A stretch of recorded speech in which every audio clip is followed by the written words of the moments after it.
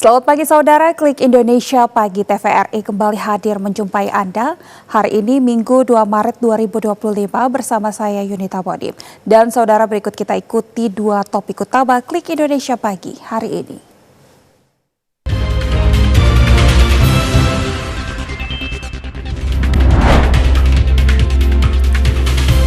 Polda Sulawesi Selatan temukan 2 jenazah yang tertimbun longsor di Kecamatan Rindingalo, Toraja Utara, Sulawesi Selatan.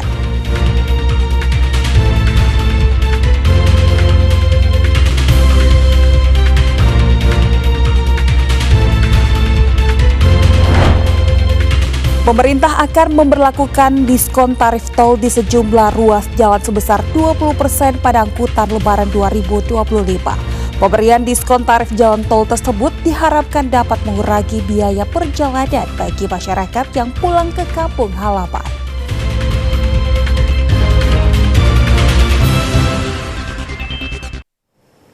Kita awali informasi pertama, saudara. Pencarian 12 jenazah yang tertimbun longsor di Kecamatan Rindingalo, Toraja Utara, Sulawesi Selatan melibatkan 2 anjing pelacak unit K9 dari Polda Sulawesi Selatan. Dalam pencarian hari keempat, 2 dari 12 jenazah yang sebelumnya tertimbun longsor berhasil ditemukan. Dalam pencarian hari keempat, 2 dari 12 jenazah yang sebelumnya tertimbun longsor berhasil ditemukan.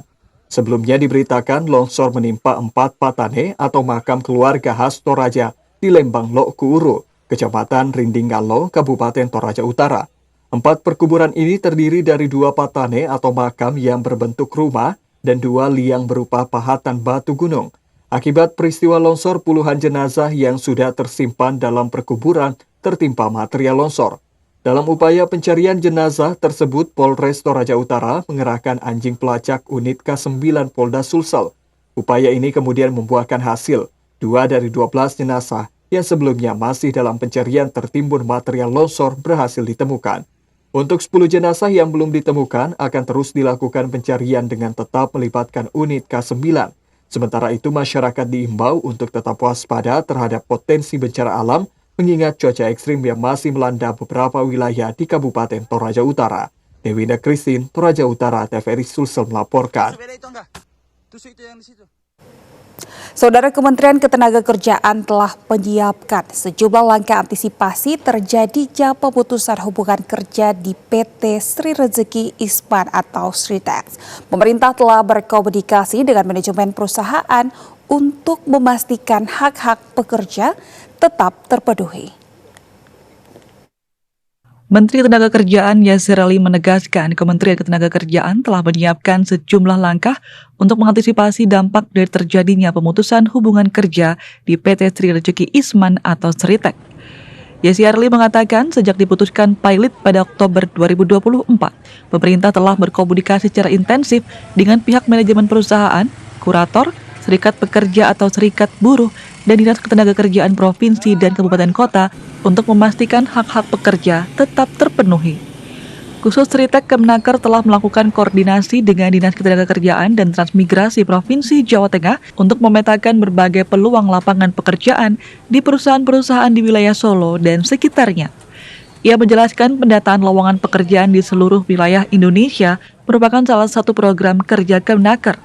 Selain itu, Kemnaker juga melaksanakan pelatihan-pelatihan kewirausahaan yang dilaksanakan oleh Balai Pelatihan Vokasi Kemnaker yang tersebar di seluruh Indonesia.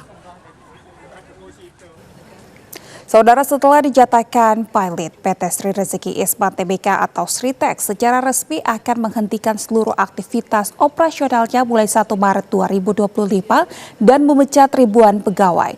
Dinas Perindustrian dan Tenaga Kerja Disperindaker Sukoharjo, Jawa Tengah akan memfasilitasi dengan menyiapkan lowongan pekerjaan baru bagi karyawan Sritex yang di PHK.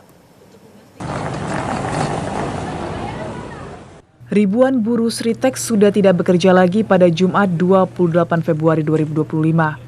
Mereka meski datang ke pabrik dengan mengenakan seragam namun tidak untuk bekerja.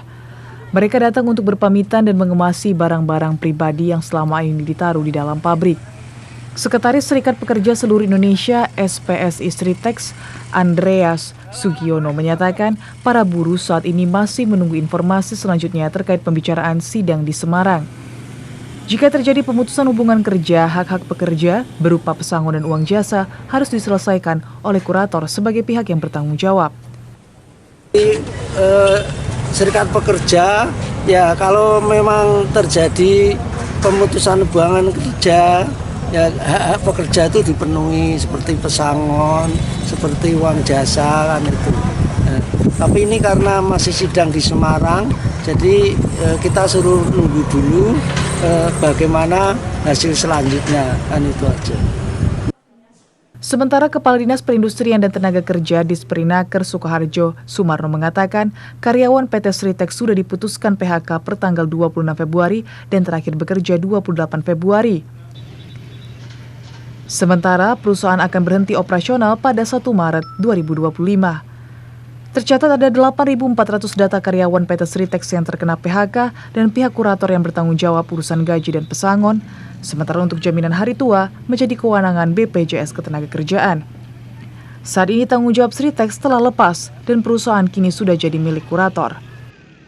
Untuk menampung dari kemungkinan terburuk waktu itu, menampung para pekerja yang mungkin di PHK, dan saat ini ternyata kan sudah di PHK, dan sampai saat ini hari terakhir ini tadi pagi tadi ada 10.133 lowongan kerja yang diminta kepada kami dari perusahaan-perusahaan yang ada di Sukoharjo dan sekitarnya. Sumarno menegaskan telah memfasilitasi dengan menyiapkan sekitar 8.000 lowongan pekerjaan baru di perusahaan lain yang ada di Kabupaten Sukoharjo. Justina TVRI Jawa Tengah melaporkan. Saudara, sejumlah kepala daerah mengunjungi kediaman Presiden ke-7 Joko Widodo di kediamannya di Sumber, Kecamatan Banjarsari, Surakarta, Jawa Tengah. Mereka datang berombongan usai mengikuti acara retreat di Akademi Militer Magelang. Sejumlah kepala daerah, yaitu Gubernur dan Wakil Gubernur Jawa Tengah Ahmad Lutfi dan Taj Yasin, Gubernur dan Wakil Gubernur Jawa Timur Khofifah Indar Parawansa dan Emil Dardak, kemudian Bupati Tulung Agung Gatot Suno Wibowo, Bupati Mojokerto Muhammad Albara, Bupati Bojonegoro Setio Wahono, Menteri Pemberdayaan Perempuan dan Perlindungan Anak, sekaligus Ketua PP Muslimat NU Arifatul Khoiri Fauzi, disusul Wali Kota Surakarta Respati Ardi dan Bupati Lampung Tengah Komang Koheri. Mereka datang bersama-sama usai mengikuti acara retret di Akmil Magelang. Pertemuan berlangsung tertutup kurang lebih selama 1 jam. Usai pertemuan, Khofifah mengatakan jika pertemuan tersebut hanya silaturahmi semata dan bertukar pikiran. Dirinya mengatakan ingin mendapatkan penguatan kembali petunjuk dari Jokowi agar bisa bekerja lebih baik. Diberikan wejangan untuk selalu mendukung program pemerintah terkait dengan asta-cita Bapak Presiden. Beliau selalu mendorong untuk segera para gubernur, bupati juga segera akan diakselerasi daripada program pemerintah khususnya Pak Presiden Prabowo. Itu pesan beliau. Sementara Gubernur Jawa Tengah Ahmad Lutfi mengaku mendapat pesan dari Jokowi dalam pertemuan tersebut. Dirinya diberi wejangan untuk selalu mendukung program pemerintah Asta Cita. Beliau selalu mendorong kepada para gubernur, bupati, dan wali kota segera dilakukan akselerasi program pemerintah Pak Prabowo. Selain silaturahmi, para kepala daerah juga mengucapkan selamat menjalankan ibadah puasa kepada Joko Widodo. Justina TVRI Jawa Tengah melaporkan. Saudara, Partai Hanura menggelar pertemuan dengan kepala daerah terpilih yang diusung partainya usai menjalani retret di Akademi Militer Magelang, Jawa Tengah. Ketum DPP Partai Hanura Osman Sabtaodang berharap daerah yang dipimpin oleh kader Hanura dapat membawa perubahan yang lebih baik di daerahnya masing-masing.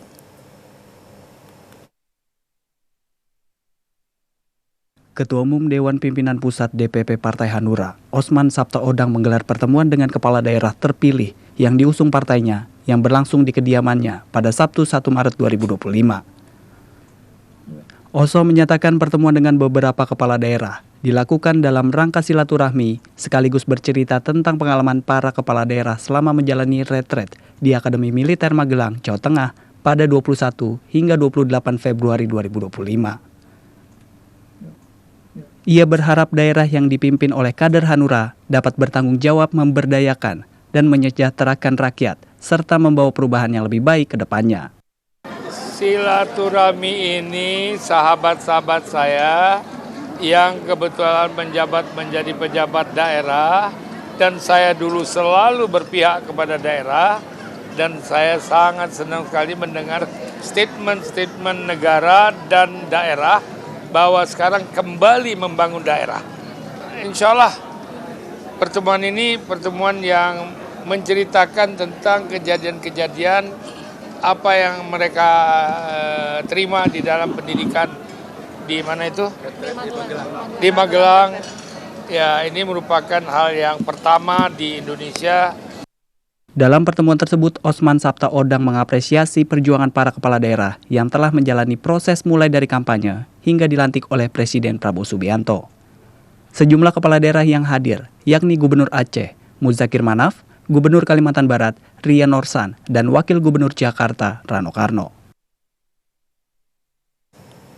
Ketua Umum Dewan Pimpinan Pusat Partai Hanura Osman Sabtaodang berharap kepala daerah terpilih memenuhi janji kampanye kepada rakyat. Oso meyakini para kepala daerah dapat menjalankan program dan mengedepankan kepentingan rakyat di daerahnya masing-masing. Ketua Umum Dewan Pimpinan Pusat Partai Hanura, Osman Sabtaodang atau yang akrab dipanggil Oso, berharap para kepala daerah terpilih dapat menjalankan amanah masyarakat dan bisa memenuhi janji kampanye pada rakyat. Oso menegaskan tidak mau mengatur para kepala daerah terpilih yang diusung Partai Hanura karena ia yakin para kepala daerah dapat menjalankan tugas dengan baik di daerahnya masing-masing dan melaksanakan program yang mengedepankan kepentingan rakyat.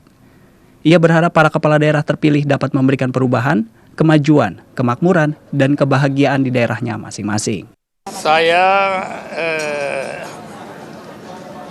belum pantas berpesan kepada mereka karena mereka lebih dalam, lebih mengetahui tentang apa dan tentang daerahnya masing-masing. Itu sebabnya ya jangan diatur-atur lah, biarkan mereka berkembang dengan apa alam yang sesuai dengan inspirasi daerahnya sendiri. Penuhi aja kampanye-kampanye yang selama ini mereka lakukan, harus mereka penuhi, mereka akomodir semua keinginan-keinginan daerah. Dan saya percaya mereka semua bisa. Dalam sambutannya saat buka bersama dengan sejumlah kepala daerah, Ketua Umum Dewan Pimpinan Pusat Partai Hanura, Osman Sabtaodang mengapresiasi para kepala daerah yang diusung Partai Hanura karena bisa memenangkan pemilihan kepala daerah. Saudara, harga cabai rawit di beberapa daerah mengalami kenaikan signifikan, bahkan di atas Rp100.000 per kilogram. Sementara itu, untuk menstabilkan harga pakan, pemerintah daerah menggelar operasi pasar dan menjamin ketersediaan bahan pakan selama bulan Ramadan. Harga cabai rawit di pasar tradisional Kota Samarinda, Kalimantan Timur terus mengalami kenaikan signifikan dalam beberapa hari terakhir. Harga cabai rawit sebelumnya, yakni Rp70.000 per kilogram, saat ini mencapai Rp100.000 per kilogram. Kenaikan ini diduga akibat meningkatnya permintaan serta terbatasnya pasokan di pasar. Salah seorang pedagang cabai rawit mengatakan meski harga melonjak, pelanggan tetap membeli cabai rawit sebab merupakan kebutuhan pokok.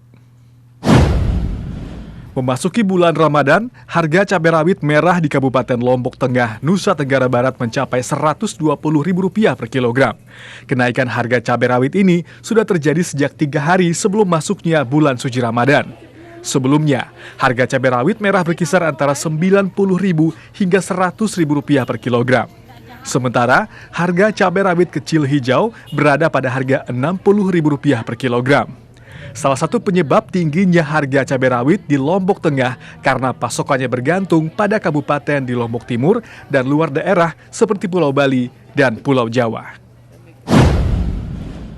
Harga cabai rawit yang telah melonjak naik mendorong Dinas Perdagangan Kota Samarinda, Kalimantan Timur menggelar operasi pasar murah. Dalam kegiatan ini, cabai rawit dijual dengan harga terjangkau yakni Rp80.000 per kilogram. Operasi pasar murah ini juga digelar di beberapa kecamatan lainnya di Kota Samarinda. Sementara itu, kegiatan ini akan terus berlangsung hingga April 2025 mendatang sebagai langkah pemerintah dalam menekan harga bahan pokok yang mengalami kenaikan signifikan. Selain cabai rawit, Dinas Perdagangan juga akan memantau harga komoditas lain seperti ikan dan bawang. Dinas Ketahanan Pangan Kabupaten Lombok Timur, Nusa Tenggara Barat memastikan ketersediaan bahan pokok seperti beras, daging sapi, dan telur dipastikan cukup untuk memenuhi kebutuhan masyarakat selama bulan Ramadan. Ketersediaan beras diperkirakan mencapai 58.000 ton dan pasokan daging sapi mencapai 5.000 ton. Sementara ketersediaan telur yang menjadi bahan pokok utama dalam menu sahur dan berbuka puasa juga tersedia dengan jumlah stok mencapai ratusan ribu butir. Pemerintah terus memantau perkembangan pasokan bahan pokok di seluruh pasar tradisional. Selama bulan Ramadan tahun ini, Bulog cabang Parepare, Sulawesi Selatan menjamin ketersediaan stok pangan seperti beras, minyak goreng, dan gula pasir.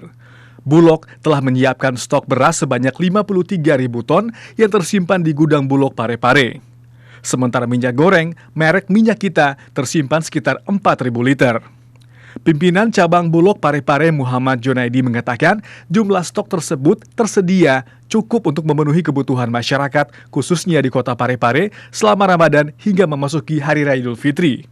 Bulog berharap dengan stok tersebut pihaknya dapat menjaga stabilitas pangan.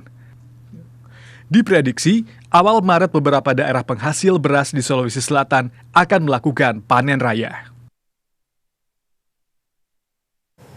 Saudara Satuan Tugas Pangan Polda Metro Jaya mengimbau pedagang mematuhi harga eceran tertinggi yang telah ditetapkan oleh pemerintah. Satgas Pangan Polda Metro akan menindak tegas pedagang yang menjual barang di atas harga eceran tertinggi. Kasubdit 1 Industri Perdagangan di Treskrimsus Polda Metro Jaya AKBP Anggi Saputra Ibrahim mengimbau pedagang mematuhi harga eceran tertinggi atau HET beras yang telah ditetapkan pemerintah, yakni Rp12.500 per kilogram. Satuan Tugas Pangan Polda Metro Jaya akan menindak tegas pedagang yang menjual beras di atas HET yang telah ditetapkan pemerintah. Kasubdit 1 Indak di Treskrimsus Polda Metro Jaya, AKBP Anggi Saputra Ibrahim mengatakan, masyarakat dapat melaporkan jika menemukan pedagang yang menjual bahan pangan dengan harga tak wajar. Yang jelas kita selalu menghimbau kepada pelaku usaha supaya mematuhi harga yang sudah diberikan oleh pemerintah. Kita tidak ingin ada spekulan-spekulan yang menjual harga melambung tinggi. Kita memastikan bahwa stok ini aman, stok untuk masyarakat ini aman. Kemudian yang ketiga, kita juga memberikan himbauan kepada masyarakat supaya apabila ada penjual yang menjual terlalu tinggi di atas harga yang sudah ditentukan, tolong kita diinfo. Ya, kita diinformasikan dari tim Satgas Pangan Daerah Polda Metro Jaya, kita akan laksanakan penyelidikan. Kasubdit 1 Indak di Treskrimsus Polda Metro Jaya AKBP Anggi Saputra Ibrahim mengatakan, penindakan terhadap pedagang diantaranya teguran, pencabutan izin usaha, hingga hukum pidana.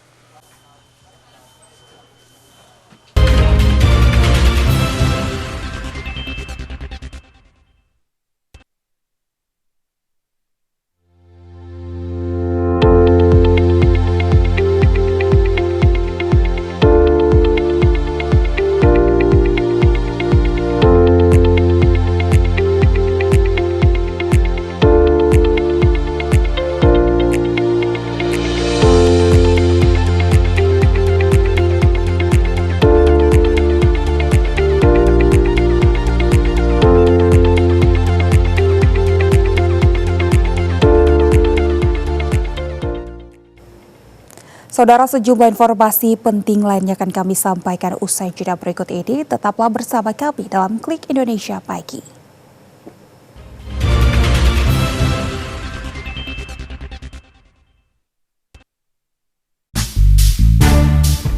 Ali, hey Mon, welcome to Banana Village. Mau kemana? Hah? Ini beresin dulu baru boleh pulang. Hai, lu ya. Duit aja cepet. Siapa yang berani-berani berhentiin marbot senior? Hah? Kok nggak bilang-bilang sama saya selaku keamanan di mari? Siapa, Wak? Siapa? Assalamualaikum, Aminah. Untuk siapa? Kasih sayang tidak sedikit itu. Sebuah kisah sepasang kekasih yang tak lekang oleh waktu, terhalang oleh keadaan, adat, ambisi, serta kuasa. Akankah mereka mampu melewatinya? Aku cinta padamu. Siti Nurbaya, setiap Jumat selama Ramadan, pukul 20 waktu Indonesia Barat. Tausiah penyejuk iman, menambah wawasan tentang Islam, bersama para ustadz dan ustazah ternama. Kita makhluk sosial, otomatis banyak sekali saham-saham salah, saham-saham dosa yang kita lakukan kepada mereka atau mereka lakukan kepada kita. Allah Subhanahu wa taala berfirman, "A'udzubillahi minasyaitonirrajim." Berilah maaf. Maafkanlah dan berbuatlah yang ma'ruf. Muhasabah setiap hari menjelang maghrib selama Ramadan. Rest Area 1 ini beda dari yang lain. Banyak cerita dan celotehan para karyawannya yang bikin kamu nggak berhenti ketawa. Bonus apa bos dari beli mau ngomong apa? Bentar. Ini lagi ada syuting lutung Kasarung. Ini tadi Pak, pementasan Tangkuban Perahu. Saksikan Rest Area Senin sampai Rabu pukul 3.30 waktu Indonesia Barat selama Ramadan. Di studio rekaman satu ini, suasana selalu ramai karena ulah karyawan dan tamu yang datang.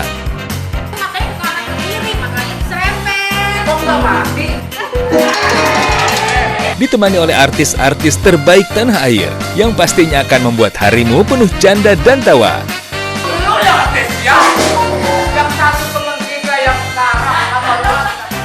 Saksikan Pengen Beken Season 3 segera.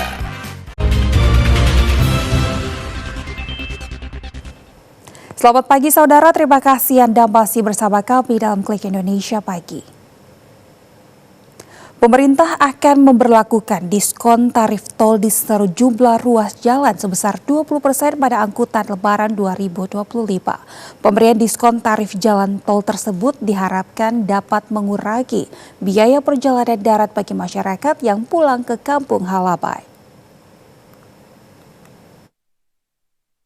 Pemerintah mengumumkan sejumlah diskon untuk mendukung periode mudik Lebaran 2025.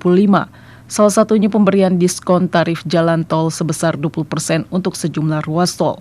Menteri Koordinator Bidang Infrastruktur dan Pembangunan Kewilayahan atau Menko IPK Agus Harimurti Yudhoyono menyatakan pemerintah memberlakukan diskon tarif jalan tol sebesar 20% dalam rangka Idul Fitri 1446 Hijriah. AHY menjelaskan diskon jalan tol itu akan berlaku untuk sejumlah ruas jalan tol di Indonesia. Namun AHY belum merinci kebijakan diskon tarif jalan tol itu akan berlaku untuk ruas mana saja dan belum menyebut detail waktu pelaksanaannya. Diskon tarif jalan tol tersebut diharapkan dapat mengurangi biaya perjalanan darat bagi masyarakat yang pulang ke kampung halaman. Kebijakan ini merupakan realisasi dari janji Presiden Prabowo Subianto. Selain itu, pemerintah juga memberikan diskon untuk tiket pesawat. Menko IPK mengatakan pada diskon tarif penerbangan ada tambahan insentif berupa diskon PPN ditanggung pemerintah sebesar 6%. Insentif itu memungkinkan tarif pesawat lebih murah menjadi 13 hingga 14% untuk kelas ekonomi dan penerbangan domestik. Pemerintah mengumumkan penurunan harga tiket pesawat ekonomi domestik hingga 14% selama periode mudik Lebaran. Penurunan harga tiket pesawat berlaku untuk pesawat ekonomi di semua rute penerbangan domestik selama periode mudik Lebaran. Menteri Koordinator Bidang Infrastruktur dan Pembangunan Kewilayahan Agus Harimurti Yudhoyono menyatakan penurunan harga tiket pesawat merupakan hasil dari berbagai langkah yang ditempuh pemerintah bersama para pemangku kepentingan di industri penerbangan. Pemerintah juga memberikan insentif tambahan berupa pajak pertambahan nilai atau PPN yang sebagian ditanggung oleh negara. Dengan adanya insentif dari pemerintah, harga tiket pesawat ekonomi domestik dapat mengalami penurunan yang signifikan selama kurang lebih 2 pekan menjelang Lebaran. Hal ini disampaikan Menko IPK Agus Harimurti Yudhoyono dalam konferensi pers di Terminal 2 Bandara Internasional Soekarno-Hatta, Tangerang, Banten. Kami juga ingin memastikan bahwa ada insentif, penurunan harga tiket, PPN. Sebagian ditanggung pemerintah sebesar 6%. Ini yang akhirnya secara agregat mudah-mudahan pemerintah bisa menurunkan harga tiket pesawat ekonomi domestik secara keseluruhan selama kurang lebih 2 minggu itu di angka 13 hingga 14% harga penurunan tiketnya. Menteri Keuangan Sri Mulyani menyatakan pemerintah memberikan insentif tambahan yakni menanggung sebagian pajak pertambahan nilai sebesar 6%. Seluruh tiket ekonomi dalam negeri yang dibeli mulai hari ini tanggal 1 Maret hingga 7 April untuk jadwal penerbangan antara 24 Maret hingga 7 April akan dikurangi pajak pertambahan nilainya sehingga hanya membayar pajaknya 5%. Pemerintah berupaya membantu masyarakat yang bepergian di dalam negeri selama periode menuju Idul Fitri.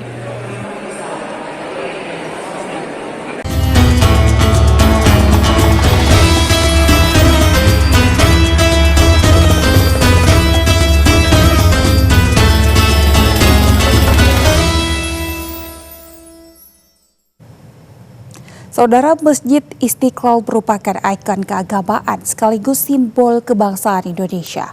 Berbagai kegiatan menghiasi momen bulan Ramadan seperti program kajian-kajian keislaman untuk pencerahan dan kerukunan umat berbangsa dan bernegara.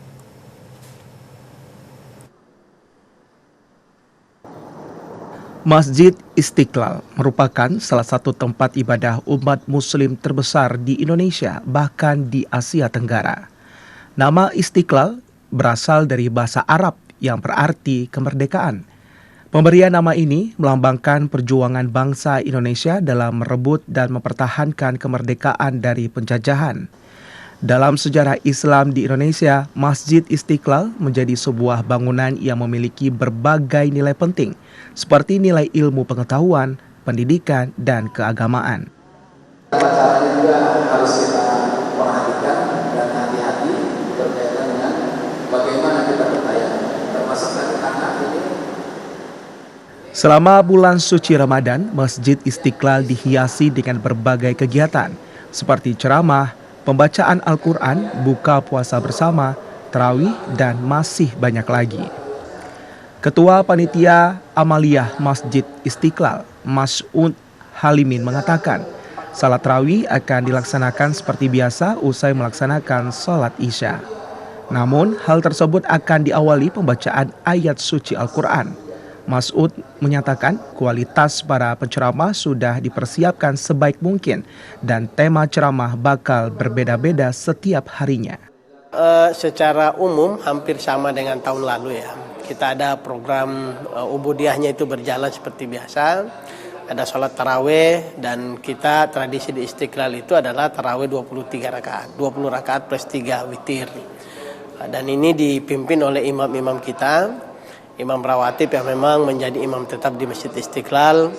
Mereka semua adalah para hufaz yang insya Allah memberi rasa nyaman dalam melaksanakan ibadah tarawih. Kemudian menjelang tarawih kita ada tausiah Ramadan, tausiah tarawih. Dan insya Allah narasumber-narasumber yang sudah konfirmasi hadir, ya insya Allah adalah narasumber-narasumber yang bisa memberikan pencerahan kepada umat tentang agama Islam yang baik itu seperti apa. Kemudian program lain adalah buka puasa. Nah, setiap hari Masjid Istiqlal menyiapkan 4.000 menu buka puasa di hari Senin sampai Kamis. Kemudian di hari Jumat, Sabtu kita menyiapkan 4.500 karena jumlah jamaah yang datang ke Istiqlal ini kan biasanya Sabtu Minggu itu lebih banyak. Nah, khusus di hari Minggu kita siapkan lebih banyak lagi, 5.000. Masjid Istiqlal juga menggelar kegiatan Kampung Ramadan Internasional saat Ramadan 1445 Hijriah atau 2025 Masehi, yang dimana para jemaah bisa bertukar budaya terkait Ramadan di negara-negara tetangga. Ya, Kampung Ramadan ini kita kemarin sebelum Ramadan sempat mengadakan lunch, The Ambassadors Lunch, makan siang dengan para duta besar negara sahabat, dan kita mengajak para negara-negara sahabat ini untuk terlibat dalam Kampung Ramadan Internasional itu. Jadi konsepnya adalah kita mengundang negara-negara sahabat ini untuk hadir di Istiqlal selama 1 pekan di bulan Ramadan. Kami program itu tanggal 15 sampai 22 Ramadan. Para kedutaan bisa membuka booth di Istiqlal. Kita buatkan satu konsep. Di sana mereka bisa memperkenalkan tentang budaya di negara masing-masing, bagaimana budaya Ramadannya, mereka bisa memperkenalkan seni, memperkenalkan musiknya, termasuk memperkenalkan kuliner Ramadan mereka apa saja. Jadi kita ingin mengajak semua masyarakat kita untuk bisa melihat bagaimana sih kondisi Ramadan di negara-negara masing-masing, di setiap negara di dunia ini. Masjid Istiqlal juga siap untuk memfasilitasi masyarakat yang hendak melakukan ibadah iktikaf di 10 hari terakhir bulan Ramadan. Kegiatan iktikaf yang bisa dilakukan selama 24 jam di Masjid Istiqlal diharapkan ibadah di bulan suci Ramadan ini sebagai momentum untuk memperbaiki diri dan meningkatkan kualitas ibadah kita. Saudara, Masjid Raya Mujahidin Pontianak menggelar sholat taraweh bersama dengan Syekh Abdurrahman Al-Auzi yang merupakan imam dari Arab Saudi. Kehadiran imam internasional ini menjadi daya tarik tersendiri bagi para jamaah di kota Pontianak. Salat tarawih di Masjid Mujahidin Pontianak dipimpin oleh Syekh Abdurrahman Al-Auzi, seorang imam yang berasal dari Timur Tengah, Saudi Arabia. Untuk bulan Ramadan, imam salat tarawih di Masjid Raya Mujahidin akan bergantian sesuai dengan jadwal yang telah ditentukan. Saat ini, baru Syekh Abdurrahman Al-Auzi dari Arab Saudi yang menjadi imam dari luar negeri yang memimpin salat di masjid tersebut. Antusiasme masyarakat dalam menyambut Ramadan tahun ini terlihat cukup tinggi. Masjid Raya Mujahidin dipenuhi oleh para jamaah yang ingin menunaikan salat tarawih secara berjamaah. Harapannya, semangat ini dapat terus bertahan sehingga umat Islam dapat istiqamah dalam menjalankan ibadah selama bulan suci. Dia memang imam di Saudi dan kita sudah ada jadwalnya, menjadi sudah. Kalau imam di sini imam tetap, ya, yang tetap yang sudah ditentukan ada beberapa imam kita yang sudah di-SK-kan oleh baik oleh gubernur maupun yayasan, nanti berganti-ganti. Nanti ada saja dulu, kita lihat.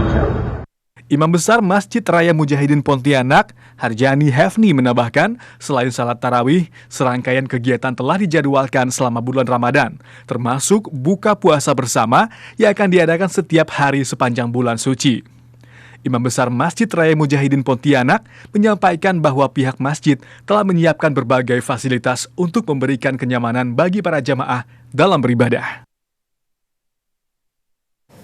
Saudara, ribuan warga Kota Padang antusias melaksanakan ibadah sholat tarawih di Masjid Raya Sumbar.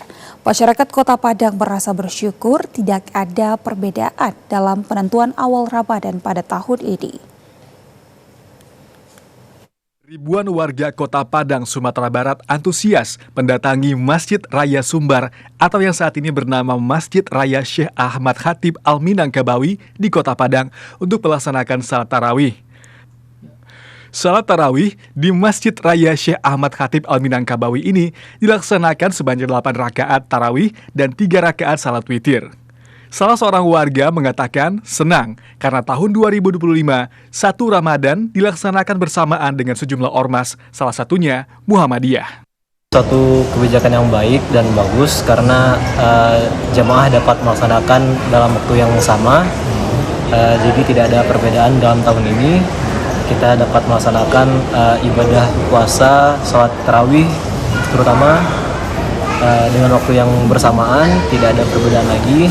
Jadi hal ini menurut saya suatu hal yang baik. Selama bulan suci Ramadan, Masjid Raya Syekh Ahmad Khatib Al-Minangkabawi melakukan sejumlah kegiatan. Selain ibadah wajib 5 waktu dan tarawih, masjid dengan salah satu arsitektur terindah di dunia ini juga akan menggelar buka bersama, ceramah Ramadan, dan nuzul Quran. Saudara, saat Ramadan, momen ngabuburit adalah momen yang paling dinanti dan biasanya diisi dengan berburu takjil untuk buka puasa. Salah satunya di Bazar Takjil Ramadan Ben Hill, Jakarta Pusat. Para pemburu takjil ramai-ramai membeli aneka menu dan jajanan buka puasa. Berikut laporan dari reporter Luciani dan juru kamera Picasso Marbun. Ya baik pemirsa, saat ini saya sedang berada di Bazar Takjil Ramadan di Pasar Ben Hill, Jakarta Pusat.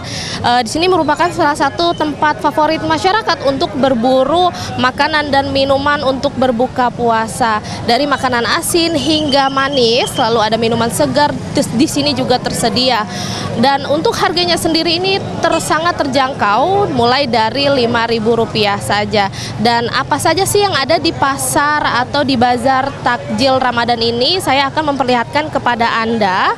Di sini juga sudah ada gorengan, aneka macam gorengan, mulai dari tahu isi, tempe goreng, lalu ada pastel, dan juga ada risol, bakwan. Selain itu juga ada macam lauk pauk untuk Anda yang ingin melakukan atau berbuka dengan makanan nasi gitu, pendamping nasi. Di sini ada ayam bakar, kemudian ada pecel, ada juga ayam ungkep, kemudian ada kentang Mustafa yang juga menjadi favorit masyarakat. Kemudian ada berbagai macam pempek khas Palembang di sini juga tersedia.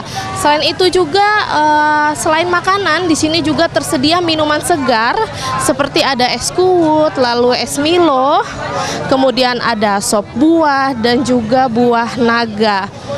Selain sop buah atau minuman segar, makanan gorengan, juga tersedia bubur kampiun khas Sumatera Barat yang menjadi favorit masyarakat untuk berburu takjil. Di sini ada bubur biji salak, terus ada bubur sumsum, dan juga ada ketan hitam yang menjadi favorit masyarakat. Meskipun saat ini sudah pukul 15:30, namun masyarakat di sini sudah mulai memadati Bazar Takjil Ramadan di Pasar Ben Hill, Jakarta Pusat. Jadi bagi Anda yang ingin berburu takjil di Bazar Takjil Ramadan, Anda bisa ke sini dari pukul 14 sudah mulai digelar bazar takjilnya ini. Dari Jakarta Pusat, Luciani dan juru kamera Picasso melaporkan.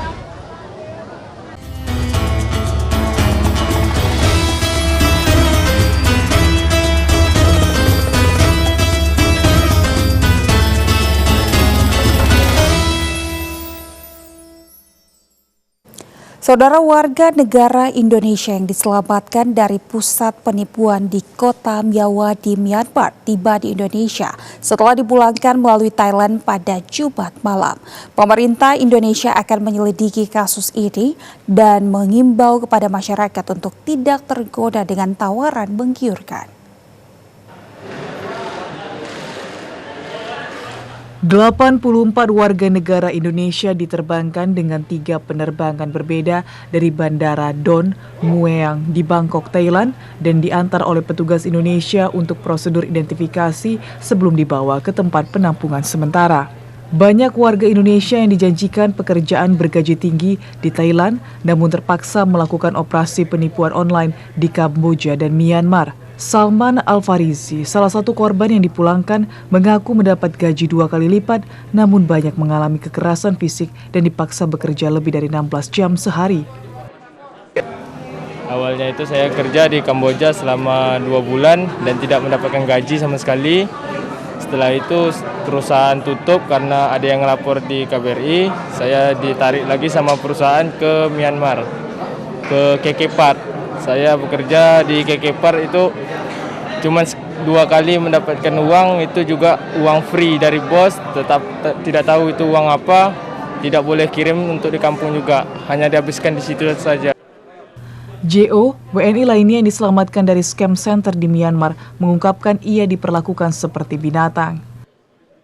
Kalau nggak capai target, biasanya ya itulah bang, ya lebih buruk dari hewan dibuat bang.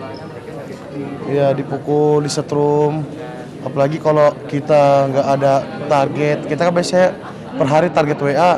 Kalau nggak nyampe target WA, biasanya dipukul, disuruh push up sampai 1000, disuruh squat jam sampai 1000 sambil bawa galon. Disuruh jalan bebek, 50 kali putaran bolak-balik. Direktur Perlindungan WNI dan Badan Hukum Indonesia Kementerian Luar Negeri RI, Yuda Nugraha menyatakan pemerintah Indonesia akan menyelidiki kasus ini secara mendalam dan mengimbau masyarakat untuk tidak tergoda dengan tawaran menggiurkan yang berujung pada operasi penipuan. Angkanya masih terus bergerak hingga saat ini. Kita terus koordinasikan dengan otoritas yang ada di Thailand dan juga yang ada di Myanmar. Jadi total operasi yang sudah dilakukan oleh beberapa pihak di sana ada sekitar 7.000-an warga negara asing yang ada di Myawaddy yang coba untuk dikeluarkan, di mana tadi sebagian diantaranya adalah warga negara Indonesia. Jadi kami sampaikan bahwa yang akan kita lakukan di Indonesia adalah proses pendalaman yang akan dilakukan oleh teman-teman Kemensos dan Barreskrim. Jadi kita tidak bisa menyimpulkan saat ini apakah mereka korban TPPO ataukah bukan. Jadi mereka potensial victim ya. Namun tentu ada pendalaman lebih lanjut. Sebelumnya, Kementerian Luar Negeri Republik Indonesia bersama KBRI Yangon dan KBRI Bangkok telah berada di Mae Sot sejak 23 Februari untuk melakukan kontak intensif dengan sejumlah pihak di Thailand dan Myanmar. Otoritas Thailand memberikan izin melintas bagi para WNI melalui Second Friendship Bridge yang berada di perbatasan Myawaddy dan Mae Sot pada Kamis. Setibanya para WNI di Mae Sot, otoritas Thailand kemudian melakukan pemeriksaan kesehatan, imigrasi, dan mekanisme pemeriksaan lainnya untuk indikasi korban tindak pidana perdagangan orang atau TPPO.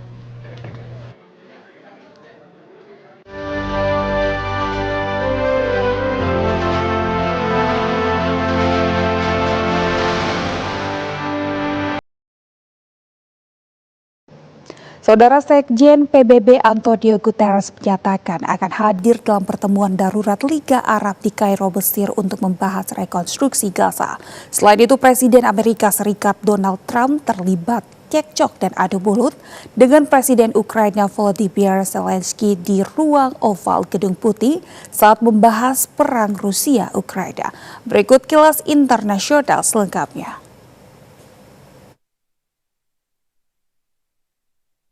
Tahun ajaran baru dimulai di Gaza pada akhir Februari untuk tingkat sekolah dasar dan menengah di tengah rapuhnya gencatan senjata antara kelompok pejuang Palestina Hamas dengan Israel.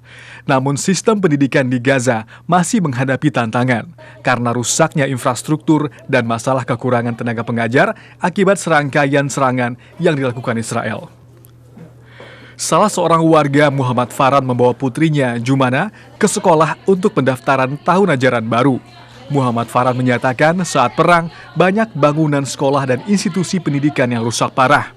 Walau para orang tua ingin anak-anak bersekolah, mereka terlalu takut untuk menyekolahkan anak-anak mereka.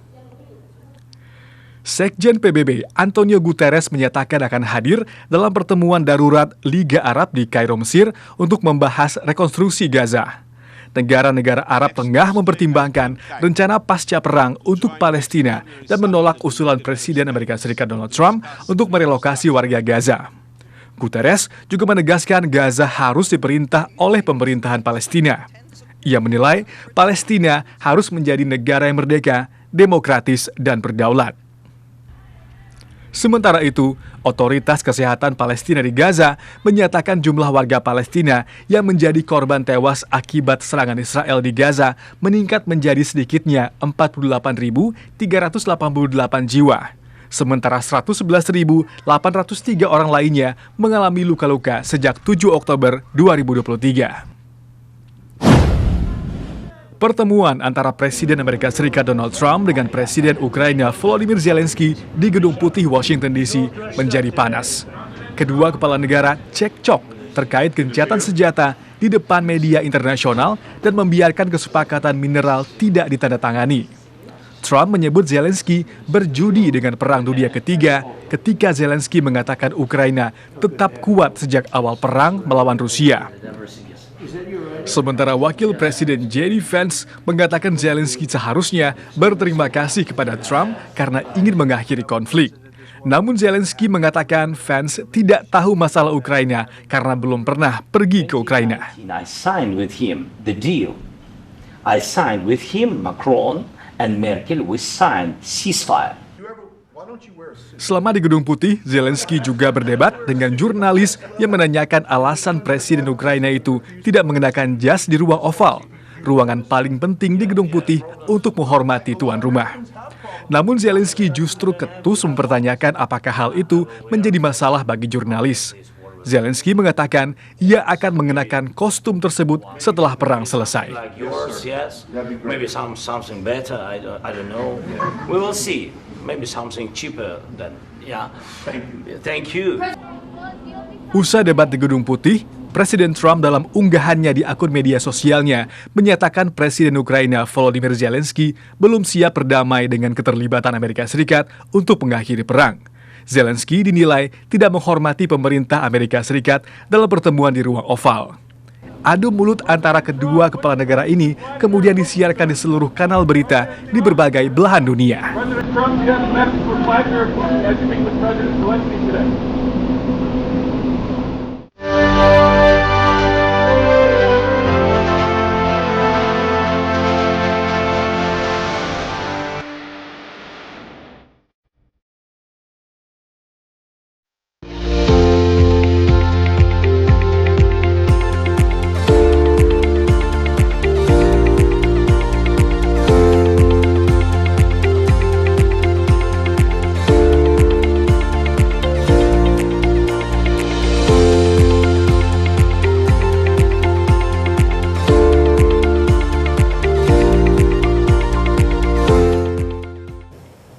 Dan saudara, sejumlah informasi lain akan kami sampaikan usai jeda berikut ini. Tetaplah bersama kami dalam Klik Indonesia Pagi.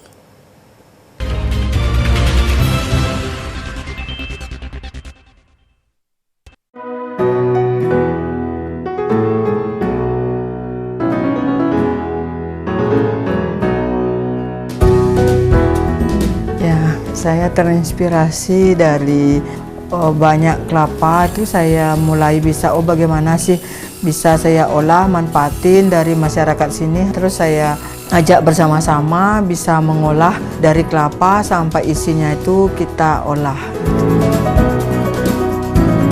Ya, kita juga untuk sekarang ini melibatkan masyarakat kita di sekitar dengan mengolah batok kelapa, jadi mendapatkan uang tambahan dari ibu-ibu di sini.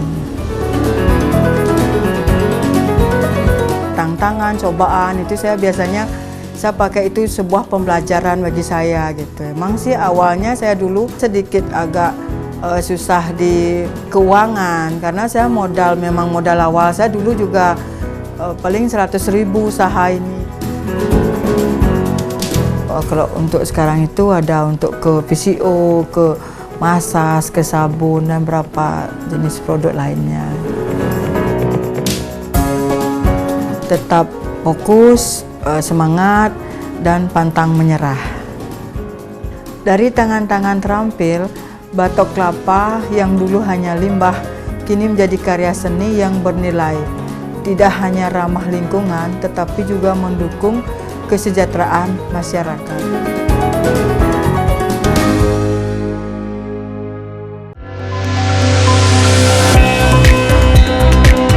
Bentangan alam nan memukau, seni dan warisan budaya yang beragam. Mari jelajahi keindahan Nusantara melalui program Pesona Indonesia. Setiap hari, pukul 14 waktu Indonesia Barat.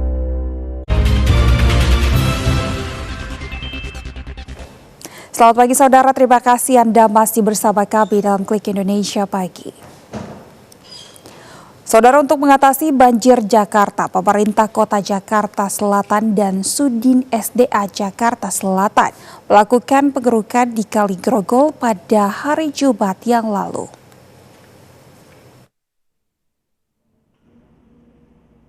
Pemerintah Kota Jakarta Selatan bersama Suku Dinas Sumber Daya Air Jakarta Selatan melakukan pengerukan sedimen lumpur di sepanjang Kali Grogol dengan mengerahkan 3 unit eskavator dan 6 unit dump truk beserta 200 personel pasukan biru lengkap dengan peralatan.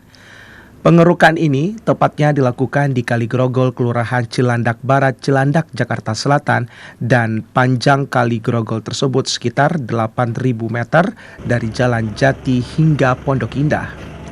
Pengerjaan mengeruk lumpur ini dimonitor langsung oleh Wali Kota Jakarta Selatan, Munjirin, dan Kepala Suku Dinas SDA Jakarta Selatan, Santo bersama Herianto selaku Koordinator Normalisasi Waduk dan Sungai periode 2013 hingga 2017 pada masa Gubernur DKI Jakarta Jokowi Ahok.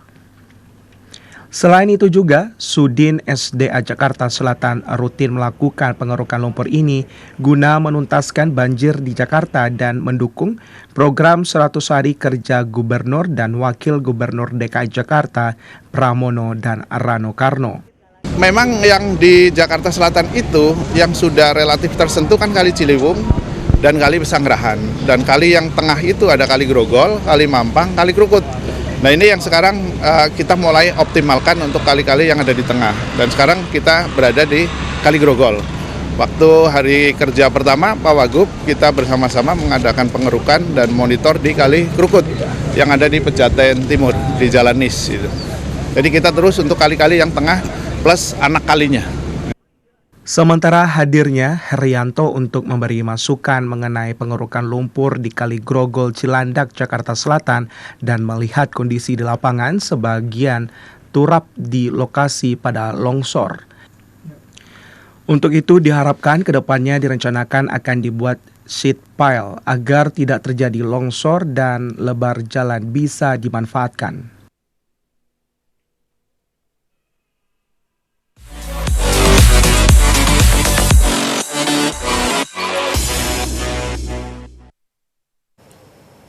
Ketua Umum PSSI Erick Thohir menegaskan bahwa Indra Syafri tidak akan melatih Timnas U23 untuk SEA Games Thailand 2025. Sementara itu dari Piala FA, Aston Villa lolos ke babak perempat final Piala FA musim 2024-2025. Berikut kilas olahraga selengkapnya.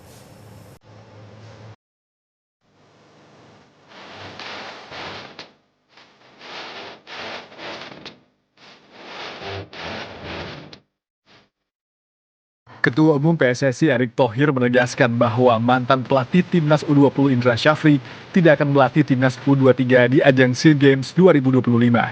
Ia mengatakan bahwa Timnas U23 sudah dinakodai dengan pelatih asal Belanda Gerald van den Berg. Erick Thohir menegaskan kembali bahwa SEA Games merupakan olahraga multi-event di mana pemerintah berperan sangat besar di dalamnya. Saya mengulangi lagi bahwa Coach Indra di U20 tidak, U23 tidak, karena sudah ada Gerald. Karena kemarin ada misinformasi, loh bukannya Gerald, nah gitu. Nah seperti yang saya sampaikan kan SEA Games ini acara multi-event. Ya tentu peran pemerintah sangat besar, pendanaan sangat besar. Tentu ada strategi mana yang akan dikirim, mana ini kita masih konsultasi. Timnas sepak bola Indonesia pernah mencetak sejarah di SEA Games 2023 Kamboja melalui tangan dingin dari pelatih Indra Syafri. Skuad Garuda Nusantara berhasil membawa pulang medali emas saat menaklukkan Thailand dengan skor 5-2. Diharapkan dengan strategi pelatih anyar kali ini, Indonesia kembali mempersembahkan emas sekaligus mempertahankan gelar juara di ajang multi-event 2 tahunan tersebut. Langkah ganda campuran muda Indonesia, Jafar Felicia, harus terhenti di babak perempat final German Open 2025. Performa apik Jafar Felicia dipatahkan oleh duet Belanda Robin Tabeling dan Alexandra Boje. Pasangan muda itu kandas lewat 2 game langsung dengan skor 18-21, 11-21 pada laga yang digelar di West Energy Sporthalle, Jerman. Dengan hasil tersebut, memastikan hanya tersisa 1 wakil merah putih yang berpeluang menjaga asa melaju ke semifinal turnamen BWF Super 300 tersebut. Wakil merah putih tersebut adalah Rehan Naufal, Gloria Emanuele Wijaya. Aston Villa berhasil lolos ke babak perempat final Piala FA usai mengalahkan Cardiff 2-0 pada putaran kelima. Pada pertandingan yang berlangsung di Stadion Villa Park, Birmingham, Inggris, Aston Villa meraih kemenangan berkat gol yang dicetak oleh gelandang Marco Asensio. Gol tercipta di babak kedua, di mana The Villains melakukan inisiatif dengan menyerang lebih dulu untuk membuka keunggulan. Hingga akhirnya, gol tercipta di menit 68 saat Marco Asensio berhasil memanfaatkan umpan tarik yang dikirim oleh Marcus Rashford dan melakukan tendangan keras ke arah gawang. Setelah gol tersebut, Cardiff berusaha bangkit dengan melakukan beberapa kali serangan, namun tetap tak mampu membobol pertahanan Emi Martinez. Asensio menggandakan keunggulan Villa pada menit ke-80 setelah menerima umpan tarik yang dikirim oleh Ollie Watkins.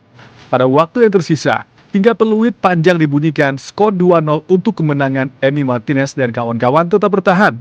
Dengan kemenangan tersebut, Aston Villa menjadi tim pertama yang lolos ke babak perempat final Piala FA.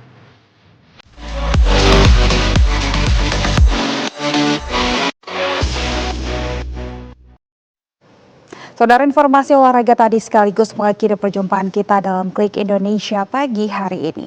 Akhirnya saya Yunita Moni mewakili seluruh kerabat kerja yang bertugas mengucapkan terima kasih atas kebersamaan Anda. Selamat pagi dan sampai jumpa.